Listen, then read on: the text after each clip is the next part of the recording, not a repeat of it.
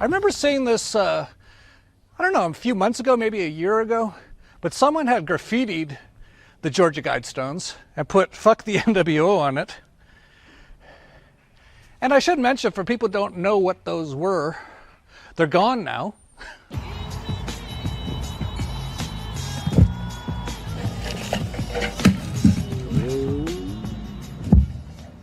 But I think it was built in the 70s. There's always been a connotation, I think it was in Georgia, which is Ted Turner territory, and he's huge on depopulation. So there's always been a lot of speculation that had something to do with him. But there was really nothing too concrete about who did it or what it was all about. It was just there. The sponsors of the mysterious project are said to be an anonymous group of out-of-state Americans promoting the concept of the conservation of mankind. Here's the mystery, though. Elberton Granite businessman Joe Findlay was contacted to build the project by a man using the fictitious name of R.C. Christian.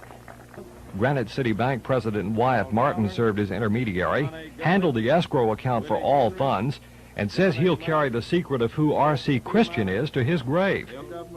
Well, in spite of what we don't know, Congressman Doug Bernard dedicated the Guidestones with an open mind. We must stress today the need for self-control, for self-restraint, and yes, self-government, all of which I interpret in this Georgia Guidestone. Probably the most noticeable thing on the Guidestones was that it said the Earth should be limited to 500 million people.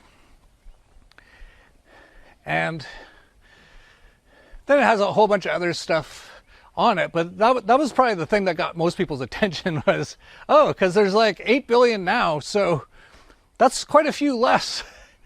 I wonder what they can do to get that down. The world today has 6.8 billion people. That's headed up to about 9 billion.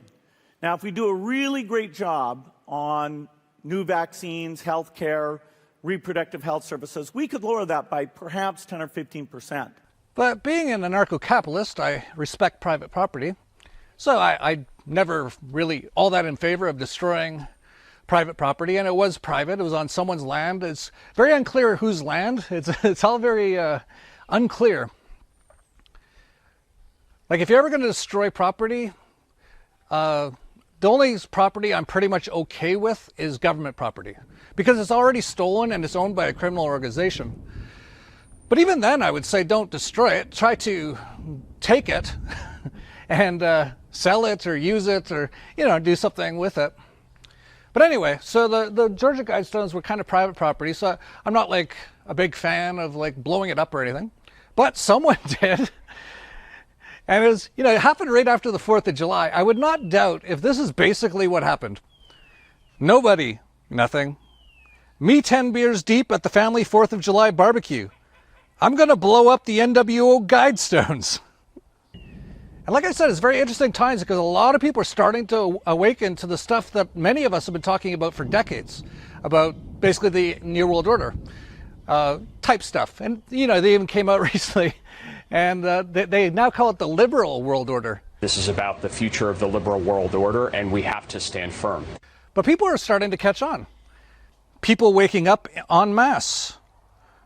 They reject the globalist agenda. Someone literally blows up the Georgia Guidestones. Going even deeper than just the NWO type stuff is the beliefs of these globalist types, which are, most of them, what you would call very satanic beliefs. And so over the years, I've talked about the Gotham Tunnel opening, where most of the top political people and globalists in the world went to watch this satanic ritual as they're digging into the Earth's crust. Very interesting. And I actually haven't talked a ton about CERN and the Hadron Collider there over the years, but there's also something definitely very sketchy about it. And what's interesting is that during the whole COVIDs thing, they shut it all down, which doesn't even make any sense because there is no COVIDs, they know that. They might have been just like super upgrading it or doing things kind of like in secret. But anyway, they announced just a few days ago that they're turning it back on, and they turned it back on. The Large Hadron Collider will embark on a third run to uncover more cosmic secrets. You know, there's a lot of speculation about how they can like change time or change timelines or affect this whole matrix, right, with the collider. So right after they did that, the Georgia Guidestones get blown up, and across the world, tons of basically neon clouds started showing up. Yeah, so very interesting times. It's kind of funny, the Georgia Guidestones, actually there's some speculation it was lightning that knocked them down, which would be interesting in considering they just turned on the Hadron Collider, right? Like there's lots of it, like I've talked a lot about this being a spiritual war in many ways. Now what a spiritual war is totally up for debate, and I think it's all actually created basically in your own head. But there is stuff like that. And so if they turn it on and all of a sudden lightning strikes the Georgia Guidestones, oh, right as I said that, the second I said lightning strikes the Georgia Guidestones, a big thunderclap. I'm telling you, this is all a big video game. And it's fascinating. It's so interesting. I still can't believe people play virtual reality video games when they're already in a video game that is 1 trillion times 1 trillion to the trillionth power more interesting and more real than the 3D video games. But that's how it's amazing how people just don't realize what an incredible video game this is. Like if you could talk to almost anyone, there's like 8 billion people on Earth. If you actually sat down with them and if they actually opened up to you about their experiences in their life, every single one could be a movie. So there's like 8 billion movies all going on at once, and they affect the other people. Like this is a video game. So I'm a player, you're a player, everyone's a player. Well, not everyone, there's lots of NPCs, right? But we're all in this video game where incredible things can happen. Like amazing things. And of course there's just the regular amazing things in life, like falling in love and, sheer terror. Like stuff it's amazing. And we're all in this video game, we're all playing characters in a game that we all interact with each other, and it's all written in real time, scripted. Yeah. I know, it's incredible. You're right. The average person just doesn't even notice it. It's amazing.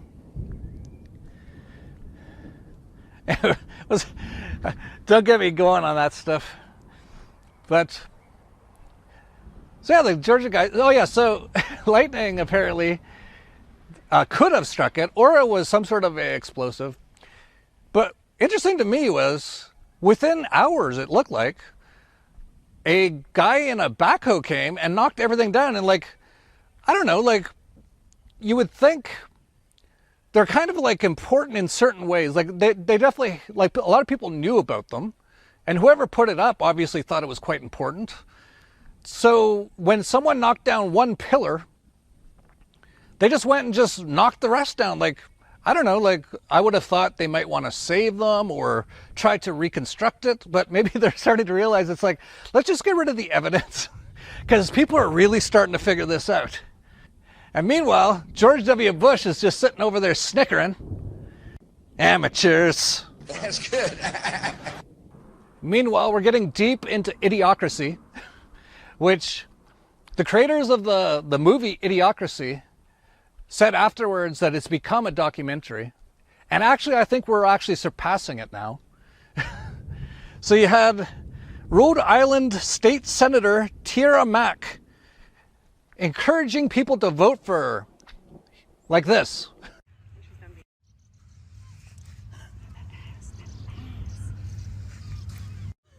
Vote Senator Mack.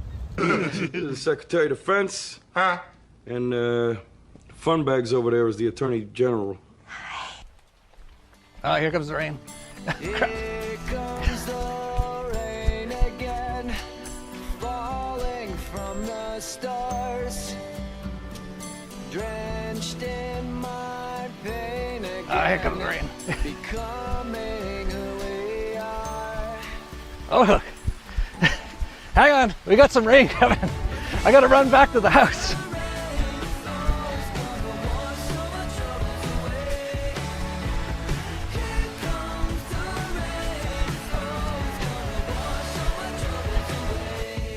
Holy crap! In like 2 seconds. Oh,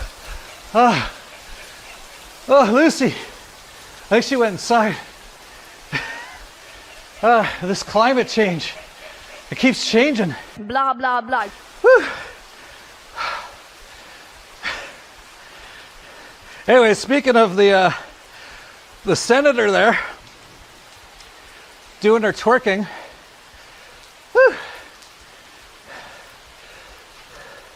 I love the internet. This came out soon after.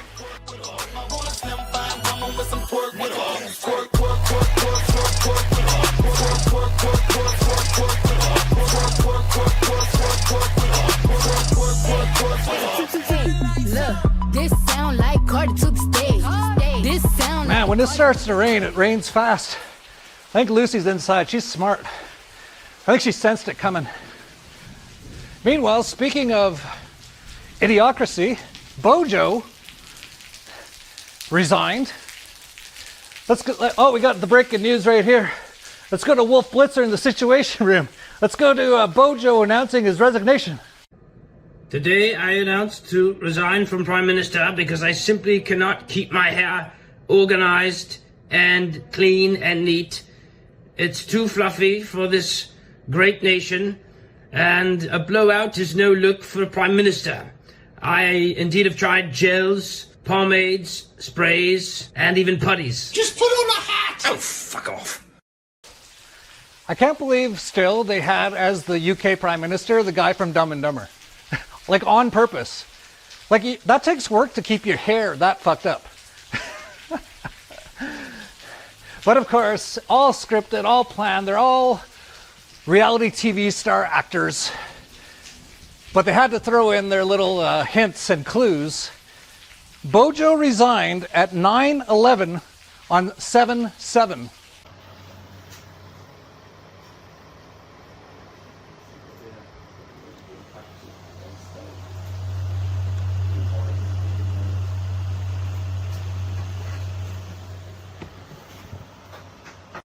No worries though, Satan Claus gets me another one.